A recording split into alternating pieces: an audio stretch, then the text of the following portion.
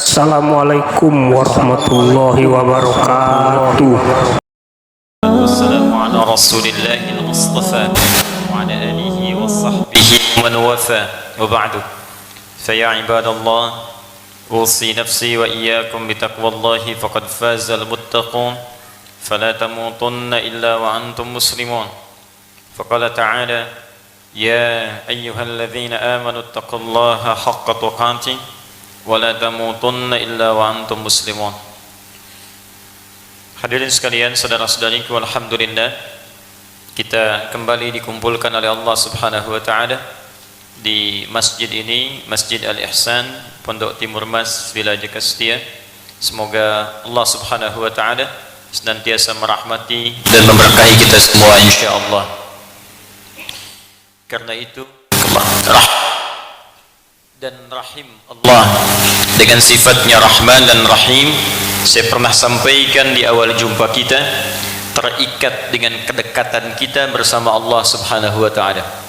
Karena itu setiap aktivitas kita, termasuk di pertemuan yang lalu, diajarkan kita langsung oleh Allah pemilik rahmat.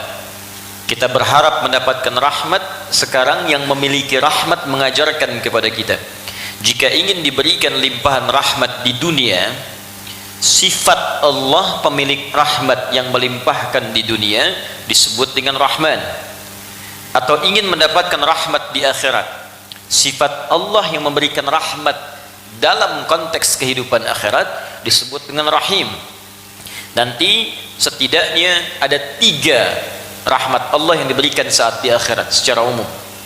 Pertama, berupa ampunan Allah yang diberikan kepada hamba-hamba terpilih yang dikehendaki oleh Allah Subhanahu wa taala. Yang kedua, nanti ada sifatnya syafaat, yang dengan syafaat itu diperkenankan hamba-hamba tertentu mendapatkan keistimewaan saat di akhirat.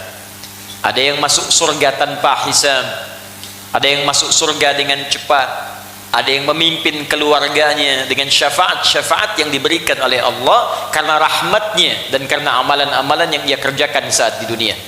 Ampunan rahmat tadi disebut dengan rahmat di Quran surah 39 ayat 53. Syafaat yang Allah berikan bahkan menjadi pemimpin keluarga ke surga nanti, termasuk amalannya ada di Quran surah ke-13 ayat 23 sampai 24. Kemudian yang terakhir, ada juga rahmat Allah yang berkehendak memberikan surga kepada hamba-hamba terpilih sesuai dengan amalan-amalan yang ia kerjakan saat di dunia. Ada nanti surganya level bersama para nabi, para rasul, orang soleh, para syuhada, para siddiqin. Itu ada di Quran surah keempat ayat ke-69 yang telah kita bahas terdahulu. Ada nanti surganya di taman surga dengan segala keindahan yang sangat luar biasa. Langsung di dekat tamannya, semua nikmatnya diberikan langsung oleh Allah tanpa perantara. Itu ada juga dengan amalannya di Quran surah ke-51 ayat 15 sampai dengan ayat 23-nya. Ada yang tinggal di surga seluas langit dan bumi dengan segala keutamaan-keutamaannya. Itu beserta amalannya disebutkan di Quran surah ketiga Ali Imran ayat 133 sampai 134. Juga ada di surga yang sangat indah yang tidak pernah disaksikan di muka bumi ini, tak pernah terdengar sama kisahnya serupa atau terlintas di benak kita. Walaupun kelasnya disebutkan biasa, tapi keutamaannya luar biasa, di luar batas nalar dan gambaran kita. Itu seperti di Quran surah kedua Al-Baqarah ayat ke-25. Bagi kita yang ingin mendapatkan rahmat dunia dengan sifat rahmannya, baik rizki, sifatnya materi, keturunankah, kebahagiaankah, kesuksesankah, atau rahmat akhirat dengan 3 pemberian utama tadi, maka kalimat Rahman dan Rahim diikat dengan kalimat Bismillah. Karena itu dalam kalimat Bismillah disusulkan kalimat Rahman dan Rahim. Bismillahirrahmanirrahim. Dan telah kita bahas di awal jumpa kita, ba dalam kalimat Bismillah itu bisa bermakna musahabah, bisa bermakna ilsaq, bisa bermakna ghayah. Musahabah sesuatu yang dekat, ilsaq sesuatu yang lekat, ghayah menunjuk pada satu tujuan. Jadi ba di situ kalau disambungkan dengan kalimat Allah bismillah, maka seakan-akan memberikan pesan kepada kita, jadikan semua tujuan kita dalam beraktivitas lakukan karena Allah. Dan saat mengerjakan itu, rasakan kita diawasi oleh Allah sangat lekat. Kalau konsep ini kita praktekkan seperti sederhana, tapi dalam maknanya dipraktekkan saja kalimat bismillah dalam kehidupan, maka rahmat Allah dalam kehidupan dunia akan diturunkan, dan rahim sifat Allah di akhirat akan diberikan saat kita kembali kepadanya.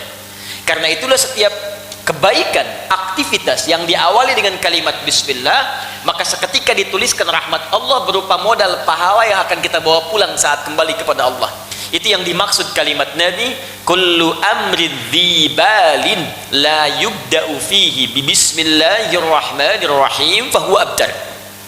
Setiap perbuatan baik yang tidak disertakan kalimat bismillahirrahmanirrahim atau disingkat dengan bismillah, maka abtar, terputus. Apa yang terputus? Sifat rahmat akhiratnya. Kalau dunianya mungkin dapat, karena rahman itu sifatnya luas. Rahman sifatnya luas. Artinya sifat rahman Allah bisa diberikan kepada baik yang beriman ataupun yang belum beriman, sepanjang dia berikhtiar. Cuma yang membedakan dua nanti, satu keberkahan, apakah berkah atau tidak pekerjaan itu. Yang kedua pahala. Kalau tidak disertakan dengan bismillah, keberkahannya tak ada.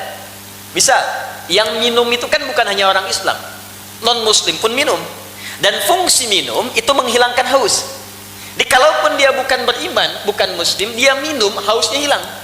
Jadi syarat untuk hilang haus itu bukan masuk Islam. Ya, non muslim pun kalau minum, hausnya hilang. Ya, cuma konsep kita memiliki konsep keberkahan namanya. Apakah yang diminum ini berkah atau tidak? Walaupun Anda muslim, Anda minum tak pakai bismillah, hausnya hilang juga. Anda muslim, tidak pakai bismillah, minum, haus hilang. Cuma keberkahan tidak didapatkan.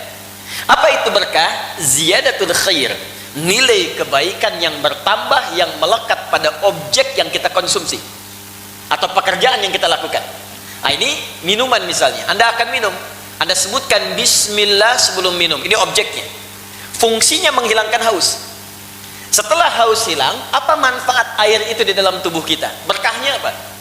Nilai kebaikannya apa? Maka orang yang mendapatkan keberkahan dari minuman itu, maka air ini akan hadir dalam tubuh kita, memberikan energi untuk mengerjakan hal-hal yang baik yang Allah ridhai. Maka walaupun minumnya sedikit tapi berkahnya banyak, mungkin dengan berkah itu, Allahu Akbar, tenaga cukup untuk membaca Al-Quran, tenaga cukup untuk tahajud. Bahkan ada orang nggak makan nggak minum dari fajar sampai maghrib, cuman minum air teh satu teguk, bismillah, kenyang. Habis sholat makan gitu. Ya,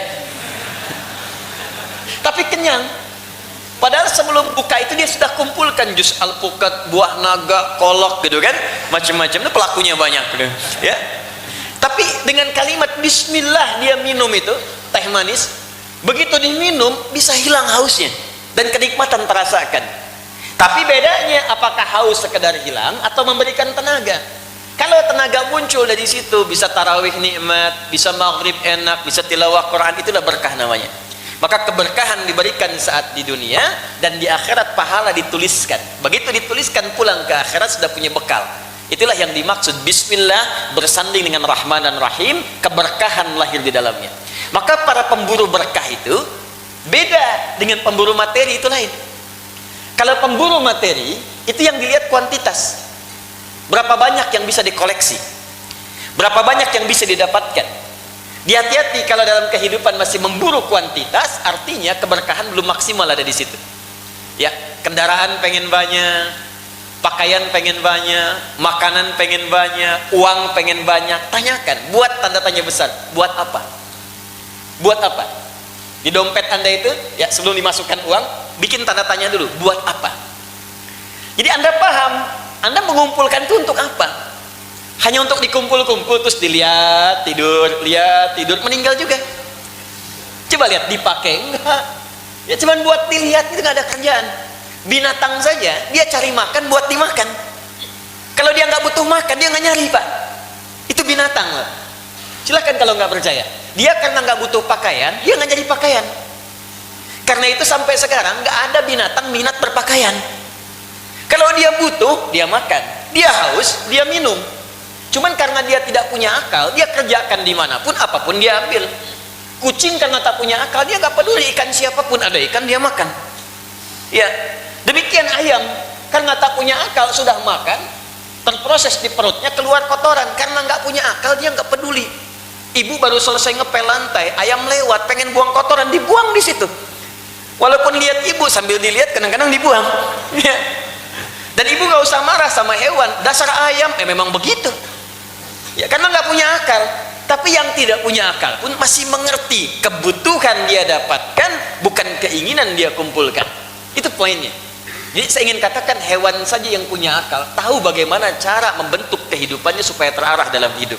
Maka bagaimana dengan kita yang Allah anugerahkan akal dalam kehidupan? Saya sampaikan ini supaya nggak capek hidupnya. Sekarang banyak orang kelihatan lelah gitu, penat ngumpul-ngumpulkan sesuatu, cuman dinikmati tidak. Maka silahkan cek keberkahannya ada tidak, fungsi kebaikannya. Itulah kalimat yang disampaikan dalam kalimat Bismillahirrahmanirrahim. Saat saya buka dengan harapan semoga pertemuan kita dirahmati, mendapatkan rahmat dan berkah dari Allah Subhanahu wa ta'ala. Tayyib, sekarang kita akan lanjutkan. Saya tidak ingin membahas sesuatu untuk dihafalkan. Hafalan itu bagus untuk menunjang pemahaman. Tapi yang saya inginkan dua hal. Apa yang telah kita dapatkan, pahami dengan baik walaupun sedikit, kemudian cepat amalkan sebelum kita wafat. Itu yang paling penting, supaya terasa apa yang kita pelajari itu. Jadi kalau nggak pernah diamalkan, nggak akan terasa kenikmatannya. Misal saya ajarkan kepada Anda, mari menghafal walaupun sehari cuma 1 ayat. Setelah itu besok praktekkan. Kalau nggak dipraktekkan, cuma jadi teori nantinya, dan Anda nggak merasakan kenikmatannya. Di fungsi-fungsi yang pada ibadah itu nggak terasa. Kata Allah, baca Quran melahirkan ketenangan. Kalau Anda cuma dapat informasi ini nggak dipraktekkan, cuma jadi hafalan, dan ketenangan itu nggak muncul. Karena itu ketika saya katakan coba sertakan pekerjaan kita dengan Bismillah. Ya, mau makan Bismillah, mau kerja Bismillah. Tapi maknanya terapkan dalam hidup, bukan sekedar jadi hafalan. Jadi bukan cuma hafalan yang keluar di lisan. Kalau cuma keluar di lisan, anak kecil pun bisa. Burung beo bisa. Ya, ajarkan burung beo saat akan makan baca Bismillah. Nggak mau baca, nggak mau, jangan kasih. Begitu dia baca Bismillah, kasih. Bismillah, kasih. Beo pun bisa. Tapi apakah ketika makan dia merasa diawasi oleh Allah? Belum tentu. Ya, karena itu saat Anda bekerja, kalau Anda ucapkan Bismillah, maka mustahil tangan Anda menyentuh yang haram, karena Anda merasa diawasi oleh Allah Subhanahu wa ta'ala. Kalau Anda mengatakan Bismillah, Anda mustahil akan berghibah, karena Anda merasa dilihat oleh Allah Subhanahu wa ta'ala. Kalau Anda katakan Bismillah, Anda mustahil akan korupsi, Anda merasa diawasi oleh Allah Subhanahu wa ta'ala. Maka cukup kalimat Bismillah akan merubah hidup kita dengan sempurna di hadapan Allah Subhanahu wa ta'ala. Kita teruskan pertemuan kita insyaallah pada bagian yang ketiga dari wujuhul i'rab, hal-hal yang terkait dengan keutamaan surah Al-Fatihah, pengantar kepada praktek fikih dalam kehidupan harian kita. Setelah itu kita masuk kepada al-ahkam asy-syar'iyyah, hukum-hukum fikih terkait dengan surah Al-Fatihah. Semoga Allah berikan kemudahan kepada kita untuk mengaji, memahami dan mengamalkannya insyaallah. Bismillahirrahmanirrahim. Thalithan, yang ketiga, saya minta maaf sebelumnya. Di pertemuan lalu saya menyampaikan akan berusaha mengopi dulu sebelum kita belajar, tapi tidak datang kesempatan dengan saya karena saya baru kembali dari Jakarta tadi. Jadi untuk malam ini tolong didengarkan, disimak dulu ya. Insyaallah di pertemuan selanjutnya, atau saya berikan gambaran kepada Anda, googling saja, tuliskan judul bukunya Tafsir Ayat Ahkam As-Sabuni, Imam As-Sabuni. Ya, klik itu, nanti keluar di PDF, Anda download. Ya, nanti sesuaikan pembahasannya dengan apa yang kita bahas. Mungkin halaman bisa berbeda karena cetakannya tidak sama, tapi insya Allah kalimatnya akan sama sepanjang itu bersumber dari orang yang sama. Jelas ya? Baik. Sementara dengarkan dulu, jangan googling sekarang ya. Ingat, jangan macam-macam kalau saya sedang pegang kitab, bisa di smash nanti ya. Bismillahirrahmanirrahim. Thalithan, aspek yang ketiga. Qauluhu ta'ala iyyaka na'budu wa iyyaka nasta'in. Ada pembahasan yang melekat pada kalimat di firman Allah Subhanahu wa ta'ala, iyyaka na'budu wa iyyaka nasta'in. Apa wujuhul i'rab? Ya, aspek gramatikal bahasa yang ada di sini yang berpengaruh pada kehidupan kita secara fikih. Apa kira-kira yang bisa kita pelajari? Ikhtalafal mufassiruna fi iyyaka. Para ahli tafsir berbeda pendapat, punya keragaman pandangan, menilai posisi kalimat iyyaka dalam kalimat yang tersambung dengan na'budu dan nasta'in. Kan sebelum kalimat na'budu dan nasta'in ada kalimat iyyaka, ya. Nah, posisinya di ilmu i'rab itu sebagai apa? Ya, nanti di i'rab itu Bapak Ibu sekalian, misal ada fi'ilka kata kerja, ada fa'ilka, ada maf'ulka, ada halka, gitu kan? Ya, paham? Tidak. Baik ya, nanti kita praktekkan baru mengerti insyaallah. Ya, nanti itu di pelajaran bahasa Arab, ya, itu di kaidah. Posisinya apa ini? Dan kalau sudah tahu posisinya, kita bisa paham maknanya apa. Kalau sudah mengerti maknanya, kita akan paham bagaimana cara mengamalkannya. Karena Al-Quran itu diturunkan dengan bahasa Arab, maka kaidah yang digunakan kaidah bahasa Arab.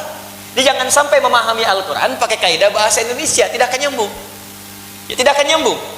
Karena itu pakai kaidah bahasa Arabnya. Di kaidah bahasa Arab ada ilmu namanya ilmu nahwu. Di cabang ilmu nahwu ada namanya i'rab untuk mengetahui perubahan kata dan penempatannya.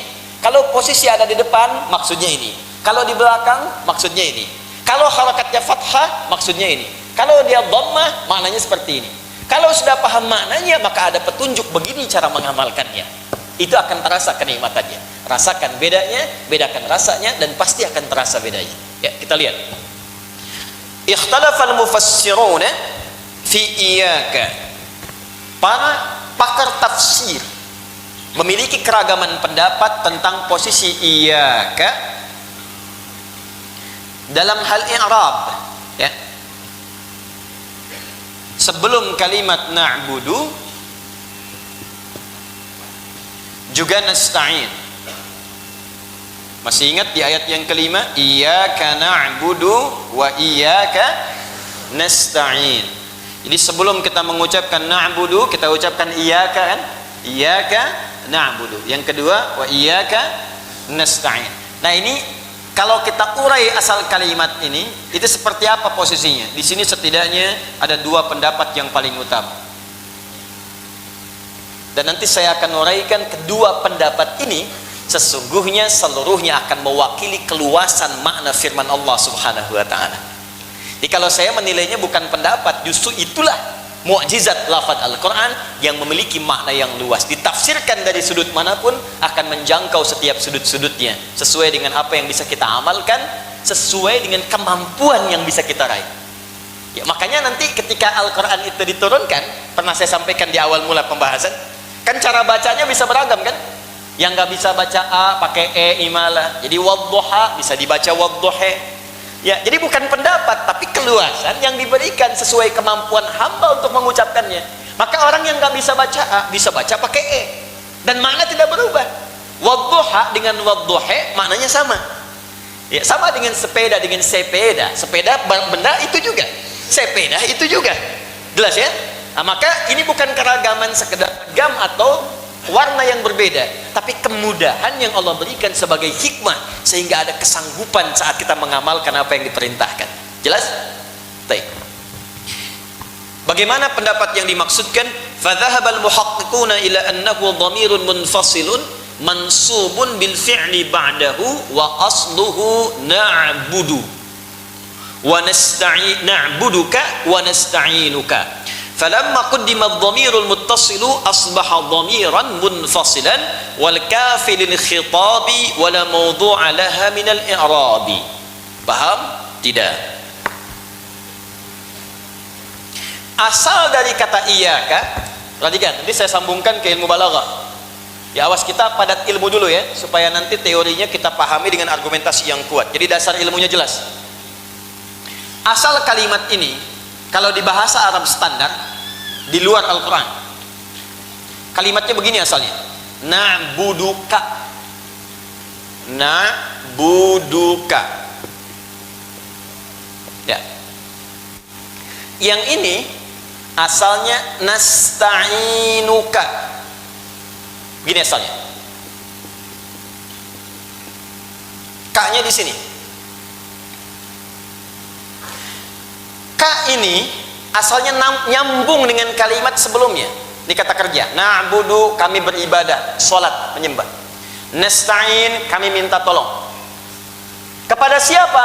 Kepada Allah. Maka diganti dengan dhamir, kata ganti. Ya, ka, kepadamu ya Allah. Ditarik menjadi kata kedua untuk menghadirkan di hadapan kita seakan-akan kita diawasi. Ini yang disebut dengan ihsan. Makanya saat mengucapkan kalimat ini, rasakan Allah mengawasi kita persis saat sholat. Ini yang jarang orang lakukan. Jadi begitu Anda mengatakan begini, iyyaka na'budu wa iyyaka nasta'in, itu asal kalimatnya na'buduka ya Allah, nasta'inuka, ka-nya itu engkau. Saya mau katakan begini, kalau engkau, Anda, itu artinya, maaf, kata kedua, pertama atau ketiga? Kedua. Pertama saya, dhamir mutakallim. Kedua, Anda, kamu. Ketiga, dia. Perhatikan, saya, kamu, dia. Kata kerja pertama, saya. Kata ganti orang kedua, kamu, engkau. Kata ganti orang ketiga, dia, mereka. Jelas sampai sini? Baik, kalau saya sebutkan, fokus ini. Dia, mereka, orangnya ada di sini nggak? Tidak. Kita tunjuk pada yang jauh kan? Dia nggak ada di sini. Kalau kita hadirkan dia, kedekat kita di sini, maka saya katakan orangnya ada di depan, Anda, kamu. Jelas sampai sini?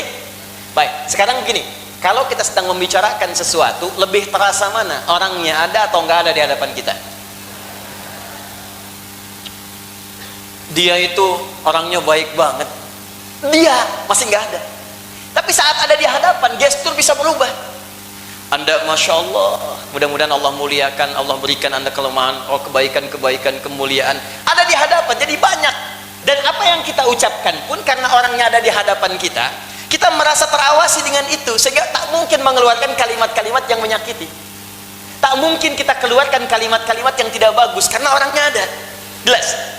Nah sekarang ketika diganti menjadi ka, iyyaka na'buduka, nasta'inuka. Kenapa kata gantinya dijadikan ka?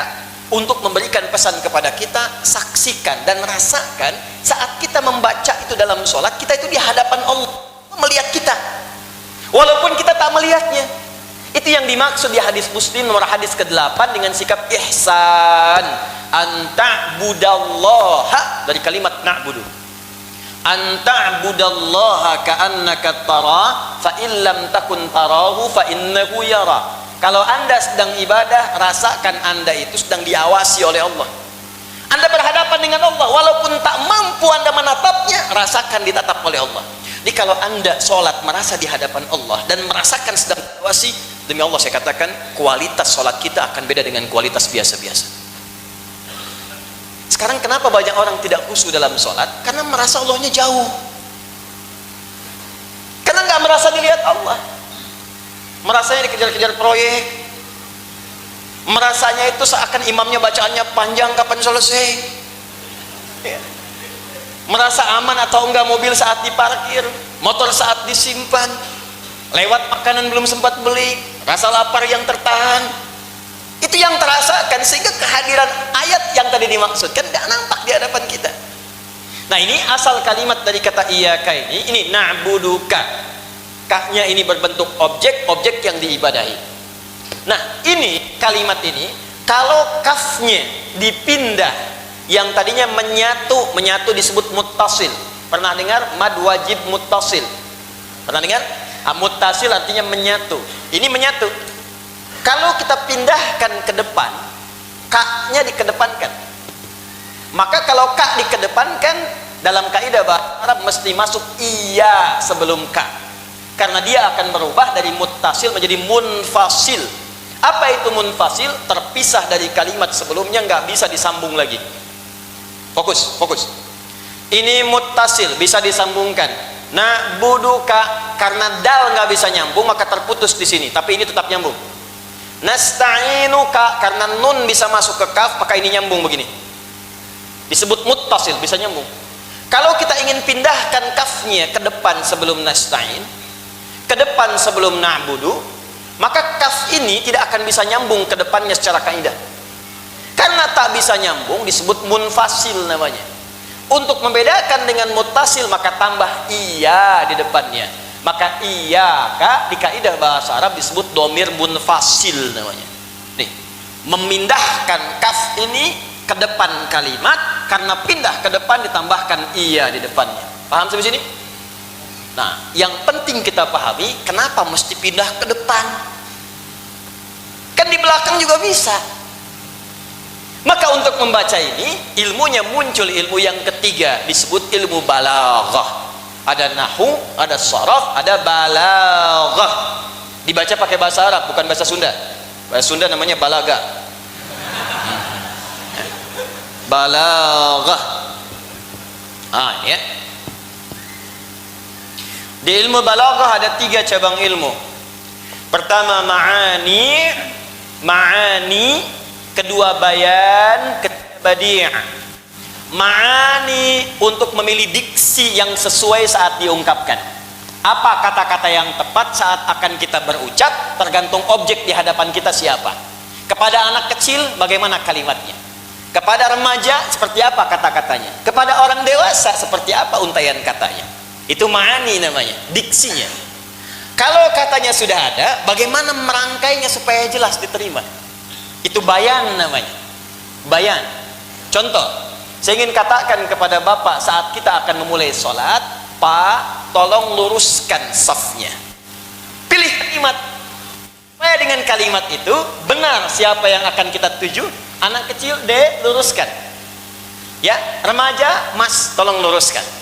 Orang tua, Pak, mohon maaf, bisa diluruskan? Kan nggak mungkin kita gunakan ke bapak-bapak, tolong luruskan. Anak kecil, maaf, Mas, tolong luruskan, nggak mungkin kan? Nah, ketika memilih disebut dengan ma'ani, ketika menyampaikan supaya jelas disebut dengan bayan. Ada yang ketiga namanya badi'. Badi' itu ilmu bagaimana menghias kata supaya saat disampaikan orang enak menerimanya. Jadi jangan sampai jelas tapi nggak ngenakin. Pak, tolong lurusin ya. Apa nggak paham juga bapak? Kan nggak enak. Ya, nah ini disebut badi' namanya. Ya, Anda mau melamar seseorang dengan kalimat di Arab sering menggunakan badi'. Ilahi lastu lil firdausi ahla wala aqwa 'ala an-naril jahimi fahab li taubatan waghfir dhunubi fa innaka ghadirudz dzambil 'azimi. Duhai bapak mertua, memang saya ini tak seperti kelihatan ahli surga firdaus seperti ada yang dikehendaki di rumah bapak, tapi saya pun tak kuat berpisah dengan anak bapak seperti berada di neraka jahanam. Saya tahu saya banyak punya kekurangan, tapi saya pun paham bapak bisa memaafkan kekurangan saya. Catat tuh ya. Nah, itu badi' namanya ya. Mama cantik deh kayak rembulan. Itu masih bayan. Bulan pun kalah oleh aura pesona mama. Itu baru disebut dengan badi'. Jelas ya? Papa malam ini mau kemana? Ke hatimu, badi'. Jelas? Nah, ini praktek ini kalau Anda temukan di Al-Quran itu banyak. Ini menggunakan balaghah. Ketika kaf pindah ke depan dan berubah menjadi iyyaka, di ilmu balaghah disebut dengan taqdim wa ta'khir. Taqdim wa ta'khir. Taqdim mengawalkan sesuatu, ta'khir mengakhirkan sesuatu. Kalau ada kata ganti kemudian muttasil diawalkan menjadi munfasil, di ilmu taqdim di balaghah disebut dengan ikhtisas namanya. Ikhtisas.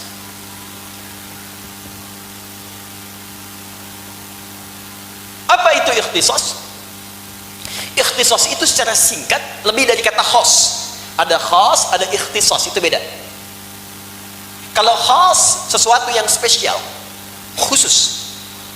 Tapi kalau ikhtisas berusaha menjadikan sesuatu ini khusus, spesial, yang ini saja, bukan yang lain.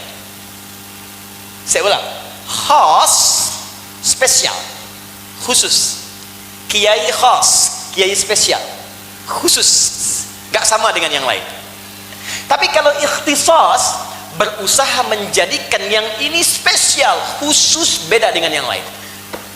Jadi kalau Anda ingin mengkhususkan sesuatu dan fokus pada yang ini saja dan menepikan yang lainnya, maka dalam ilmu balaghah disebut dengan kaidah ikhtisas. Di antara caranya, robahlah domir muttasil menjadi munfasil, ka menjadi iyyaka.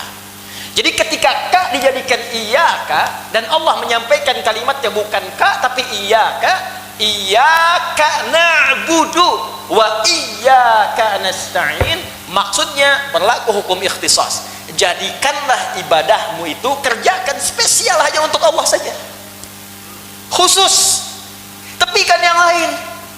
Jadi kalau sedang sholat yang lain tepikan, udah hilangkan aja, nggak usah masuk ke benak kita. Motor hilangkan udah, ya mohon maaf, sendal hilangkan, mobil hilangkan. Tolong catat kalimat saya, jangan dipotong ya, maksudnya bukan hilangkan hilang ya, ya dalam benak kita hapuskan, jangan munculkan ya, jangan munculkan ya. Motor apa kan, kunci apa kan, mobil, istri, nah. Maksudnya jangan muncul di benak kita, udah habiskan. Iyyaka ikhtisas, jadikan semua apa yang akan kita ucapkan, kita fikirkan dan kita lakukan semua lillah saja. Hanya Allah yang spesial dalam salat kita, yang lain tidak. Demikian saat nasta'in. Nasta'in itu dipakai bukan cuma dalam salat, di luar salat pun kita pakai kaidah itu ikhtisas. Jadi kalau sedang bermohon, hilangkan yang lain. Makanya kalau mau minta sama Allah. Jangan datang ke batu minta, datang ke keris minta, ya datang ke laut minta. Jadi kalau mau minta, kaidahnya dipakai ikhtisas. Ini kan aneh, Anda sholat tiap hari, baca ini 17 kali, tapi kok nggak dipakai-pakai? Anda katakan wa iyyaka nasta'in, tapi datang ke batu minta, datang ke pohon minta, datang ke keris minta, ya nasta'innya mana? Makanya banyak orang yang mengerjakan seperti itu, berkahnya nggak ada, hilang. Karena yang terlibat di situ bukan rahmat Allah Subhanahu wa Ta'ala. Itu maksudnya. Jadi berlaku kaidah ini bukan sekedar diucapkan di lisan, tapi disebutkan pendapat yang pertama, dia disebut dengan domir munfasil dengan kaidah ikhtisas. Maksudnya saat Anda mengucapkan kalimat itu, jadikan dan usahakan alif dan ta-nya berfungsi sebagai menunjuk usaha dengan sungguh-sungguh. Jadi ada ikhtiar di sini. Nih, dari kata khas dimasukkan alif dan ta menjadi ikhtisas. Fungsi alif plus ta. Ini di ilmu sharaf, Jadi begini misalnya ya, ada fatahah, kan? Kalau pakai i dengan ta jadi iftataha. Kalau pakai alif sin dengan ta jadi istaftaha. Kalau pakai alif saja di fataha. Kalau pakai ta saja bisa jadi tafataha. Itu maknanya bisa beda. Nah, kalau Anda menemukan alif dengan ta di antara maknanya dari sekian beragam makna, artinya menunjuk pada usaha yang sungguh atau jadi berusahalah kalau sedang sholat, semua serahkan karena Allah. Yang spesial cuman Allah, yang khas hanya Allah, yang lain tidak. Jelas. Dan kalau sedang meminta, tepikan yang lain, mohonlah kepada Allah dengan keikhlasan dan kesungguhan. Dan rahasia di ayat ini, kalau Anda meminta dengan benar, menjadikan Allah sebagai satu tujuan saja, satu tujuan, satu harapan, disebut dengan as-somad namanya. Makanya kita ucapkan qul huwallahu Allahus, ya, as-somad itu artinya satu harapan yang menepikan yang lainnya. Cuman ini aja ketergantungan kita, sesuatu yang bergantung kepadanya dan tidak pada yang lainnya, satu itu saja, as-somad namanya. Karena itu ketika kita memohon hanya kepada siapa? Allah. Ketika kita ibadah hanya kepada siapa? Nah, sekarang bagian terakhir, saya belum masuk pada yang keduanya. Ketika kalimat ini dipersatukan dengan waw, masih ingat? Iyyaka na'budu wa iyyaka. Di sebelum nasta'in ada na'budu. Antara na'budu dengan nasta'in diselingi huruf waw. Wawunya disebut dengan wawu ataf, fungsinya ma'iyah. Ataf menyandingkan sesuatu, ma'iyah menjadikan keduanya bersama, bergandeng bersamaan. Artinya apa? Kalau ada hukum disatukan dengan huruf wawu, artinya secara singkat keduanya akan saling terkait dan berkelindan, terikat satu dengan yang lainnya. Jadi semakin tinggi na'budunya, semakin cepat dijawab ketika Anda nasta'in kepada Allah. Semakin mengkhususkan semua ibadah kepada Allah, maka semakin cepat jawaban diberikan ketika Anda meminta kepada Allah. Tapi sebaliknya, kalau Anda campur adukan ibadahnya, Katanya mengatakan iyyaka na'budu, tapi juga mengatakan yang lain benar. Datang ke tempat yang lain, ikut-ikutan juga, bikin paham yang menjauhkan dari Allah, maka mustahil nasta'in akan diberikan keberkahan ketika itu dijawab oleh Allah Subhanahu wa taala. Nah, makanya tolong dicek kalau ada doa yang belum cepat terjawab, barangkali masalahnya di na'budunya belum maksimal.